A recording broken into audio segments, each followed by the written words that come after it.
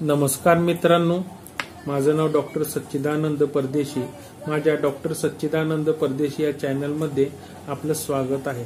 आजचा विषय आपला आहे पित्ताशयातील खडे। तर पित्ताशयातील खडे काय होतात, त्यांची कारणे काय आहेत, त्यांचे उपचार काय करता येतील, त्यासाठी आपण पथ्यक पाणी काय पाळलं पाहिजे, ह्या सगळ्या गोष्टी आजच्या व्हिडिओमध्ये आपण समजून घेणार आहे।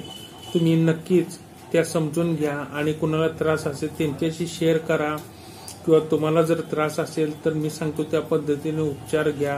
काही शंका असेल तर माझ्याशी तुम्ही विचारू शकता आणि मला तुम्हाला येणाऱ्या सर्व शंका सॉल्व्ह करायला नक्कीच आवडेल।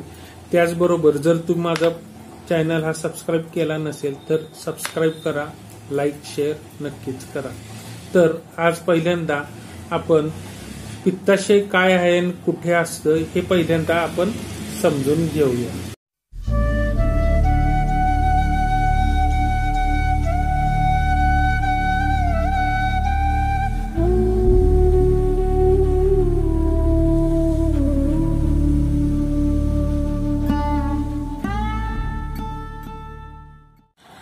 मित्रांनो, ही आपली पूर्ण पचन संस्था आहे। याचं माझ्याकडे स्कल्पचर आहे, त्या माध्यमातून मी तुम्हाला समजावून सांगण्याचा प्रयत्न करतोय। तर हे आपलं तोंडावाटे आपण अन्न जे घेतो ते हे जठरामध्ये जातं। हे आपलं अन्नाची पिशवी आहे। तिकडून हे अन्न आपलं पचन होऊन हे इंटेस्टाईन म्हणजे मोठं आतडं, लहान आतडं, हे पॅनक्रियाज, हे स्प्लीन आणि हे लिव्हर। तर आपल्याला आजचा विषय आहे पित्ताशयातील खडे। तर हे पित्ताशय 5 नंबर जो लिहिलेला आहे पित्ताशय, ह्यामध्ये खडे होतात। यामध्ये बाईल पिगमेंट हे तयार होत असते। तर बाईल हे काय आहे, तर हे बाईल एक असा पदार्थ आहे जो आपल्या शरीरातील अन्न ह्या बाईल पिगमेंट इकडून तयार होते आणि ह्यामधून आपलं अन्न पचन होण्यासाठी आलं की ह्यामध्ये सिक्रेट केलं जातं, म्हणजे सोडलं जातं आणि त्याद्वारे आपलं फॅट वगैरे डायजेस्ट केलं जातं, अन्न हे पचन केलं जातं। तर या बाईल पिगमेंटचे खडे होतात। तसेच जास्त तेलकट पदार्थ घातलं तर त्याचे खाल्ले आपण तर त्याचे खडे होतात। तर मोस्टली पित्ताशयाचे खडे हे 2 प्रकारचे असतात। एक म्हणजे बाईल पिगमेंटचे खडे असतात आणि दुसरे फॅटचे खडे असतात। या दोन्हींचं मिक्सचर होत असतं। मित्रांनो, तुम्हाला आत्ताच माझ्याकडे जी ह्युमन डायजेस्टिव्ह सिस्टीमची प्रतिकृती आहे, पचन संस्थेची प्रतिकृती आहे, त्याच्या माध्यमातून तुम्हाला मी दाखवलेलं आहे की पित्ताशयाची पिशवी कुठं असते। लिव्हरच्या थोडंसं खाली असते आणि याचं कार्य कसं कसं चालतं हे मी तुम्हाला सांगितले। तर महत्वाचं पित्ताशयाचे खडे काय होतात, तर आपण जर जास्त प्रमाणात तेलकट आहार घेतला तर तो त्यातील फॅट म्हणजे चरबीयुक्त पदार्थ हे आपल्या जास्त प्रमाणात झाले की पित्ताशयाच्या पिशवीमध्ये येऊन साठतात, किंवा जे पिगमेंट तयार होतं किंवा जे संप्रेरक आहे ते एक प्रकारचं जे अन्नासाठी आपल्या फॅट डायजेस्ट करण्यासाठी महत्वाचं आहे, तर ते तर भरपूर तयार होते पण त्याचा वापर होत नाहीये। म्हणजे तयार तर होण्याची प्रोसेस सुरू आहे पण पुढे त्याचा वापर होईन झाले, काहीतरी प्रॉब्लेम झाल्यामुळं हे साठण्याचं प्रमाण वाढत जातं। हे साठत गेले, पहिल्यांदा राहाळ होते, मग लहान राहाळ असेल किंवा बारीक खडे असेल तर ते ट्रॅक मधून वगैरे जे त्यातून बाहेर निघाले जातात। परंतु जर हे खडे साठून मोठे झाले तर हे एम्प्युलेटर म्हणतात, ज्यातून जो बाईल पिगमेंट वाहत असतात आपल्या मोठ्या आतड्यामध्ये।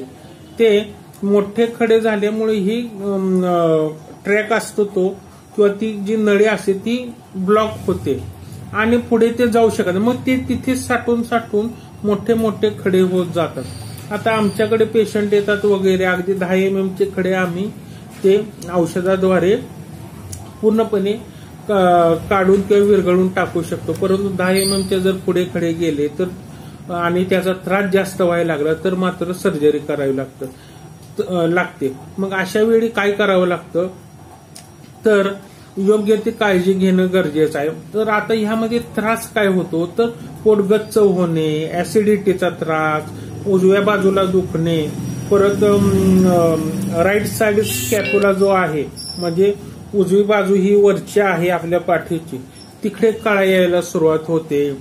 परत काही केसेसमध्ये फॅटी लिव्हर होत जातं. तर अशा बऱ्याचशा कॉम्प्लिकेशन होतं.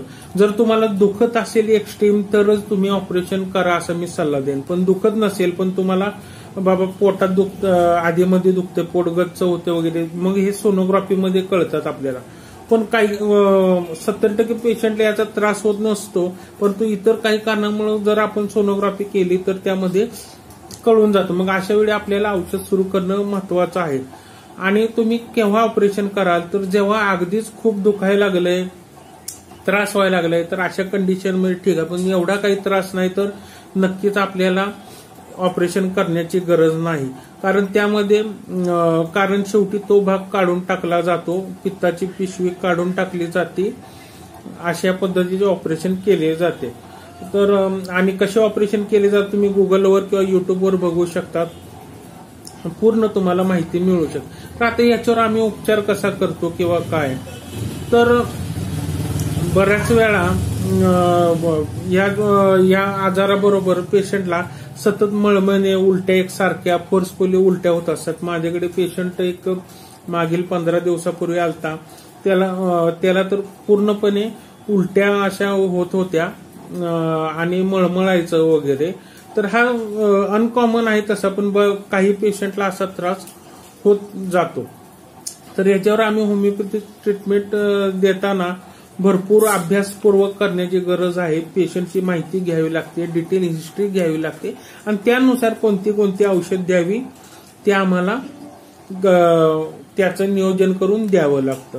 तर सगळ्यात पहिल्यांदा आम्ही देतो त्यामध्ये औषध आहे बर्बेरिस वल्गेरिस. आता माझ्याकडे मोठ्या बाटल्या आहेत, लहान नाही आहेत, तुम्ही होमिओपॅथिक शॉप मधून घेऊ शकता. बर्बेरिस वल्गेरिस हे मदर टिंक्चर कुठल्याही पद्धतीचे खडे असतील तर ते विरघळण्याचं शरीरामध्ये काम केलं जातं. यामध्ये किडनी स्टोन जरी असेल तरी त्यामध्ये हे औषध महत्वाचं आहे. त्यानंतर चिलेडोनियम मेजस हे पण मदर टिंक्चर आहे. हे तुम्ही हे घेतलं तरी त्याच्यावर खूप महत्वाचं असं कार्य करतं. खडे विरघळण्यासाठी आणि लिव्हर कॉम्प्लिकेशन मध्ये खूप महत्वाचं असं त्याचं काम आहे. त्यानंतर कार्डस मॅरिनस नावाचं मदर टिंक्चर येतं, तेही याबरोबर तुम्ही वापरू शकता. ही सगळी मदर टिंक्चर 15-15 थेंब अर्धा कप पाण्यातून घ्यायचे. त्यानंतर 15 दिवसातून एकदा लाइकोपोडियम 1M हे औषध तुम्ही घेऊ शकता. 15 दिवसातून एकदा घ्यायचं. हे औषध खूप गुणकारी आहे.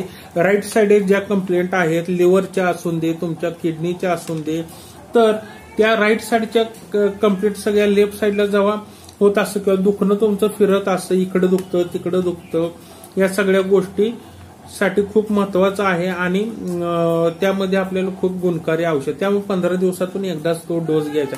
त्यानंतर जेव्हा ओव्हर ग्रोथ होते किंवा काय होते किंवा सायकोटिक औषध हे कल्केरिया कार्ब तुम्ही वापरू शकता. हे खूप मदतगार आहे, नक्कीच चांगला फरक पडतो. त्यानंतर नक्स होमिका 200 हे 2-2 थेंब 3 वेळा औषध घ्यायचं आहे अर्धा कप पाण्यातून. हे तुम्ही नक्कीच औषध घेतल्यानंतर तुमचे पित्ताशयाचे सगळे आजार कमी होऊन जातील. त्याचबरोबर पोट गच्च होणे, संडास साफ न होणे, कॉन्स्टिपेशन, पोटातील सगळे विकार हे सगळे क्लिअर होऊन जातील या औषधाच्या प्रभावाने. त्याचबरोबर मित्रांनो कार्बोव्हेज 200 हे औषध पोट गच्च होत असेल, गॅस होत असेल, त्याबरोबर घेतलं तर नक्कीच महत्वाचं आहे. आता ही सगळी औषधं आपण घेतो वगैरे, तर आम्ही पेशंटची कंडिशन काय आहे, पेशंटची प्रकृती कशी आहे, त्रास कसा आहे, किती MM चे खडे आहेत, ते कुठपर्यंत आहे, हा सगळा अभ्यास करून ह्या औषधाचं नियोजन करून देत असतो. त्यानंतर जर्मन मेड एक औषध येत असतं R7 हे लिव्हर आणि गॉल ब्लॅडरवर चालणारं औषध आहे.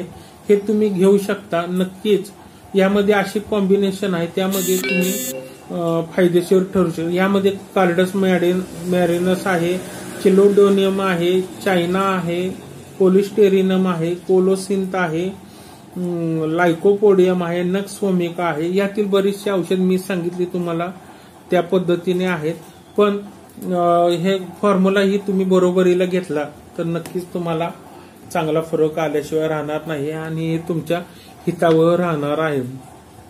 हे औषध तुम्हाला कमीत कमी 3 ते 4 महिने घ्यायचे आहेत। त्यानंतर हे औषध झाल्यानंतर कंडिशन काय आहे काय नाही त्या पद्धतीने पुढचे डोसेस द्यायचे। हे तुमचा खडा विरघळला की पुन्हा चायना 1M म्हणून तुम्हाला औषध घ्यायचं आहे। ते औषध आठवड्यातून एकदा असं घ्यायचं, 1 आठवडा, तर तुम्हाला नक्कीच त्यामध्ये पुन्हा खडा होण्याचे चान्सेस कमी होऊन जाते। अशा पद्धतीने होमिओपॅथिक उपचार जर तुम्ही घेतले तर नक्की आणि नक्कीच तुम्हाला पित्ताशयाच्या खड्यापासून सुटका मिळू शकेल अशी मी आशा करतो। जर तुम्हाला काही शंका असेल तर मला व्हॉट्सअपवर तुम्ही पाठवा, मला तुमच्या शंकांचं निरसन करायला आवडेल।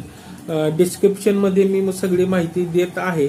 आणि दुसरी गोष्ट, तुम्ही जर माझा हा चॅनल सबस्क्राईब केला नसेल तर सबस्क्राईब करा आणि शेजारील बेलच्या चिन्हावर तुम्ही क्लिक करा, म्हणजे माझे नवीन येणारे व्हिडिओ तुम्हाला सगळ्यात पहिल्यांदा बघायला मिळतील। नक्कीच तुमची प्रकृती चांगली राहो ही ईश्वरचरणी प्रार्थना करतो। नमस्कार।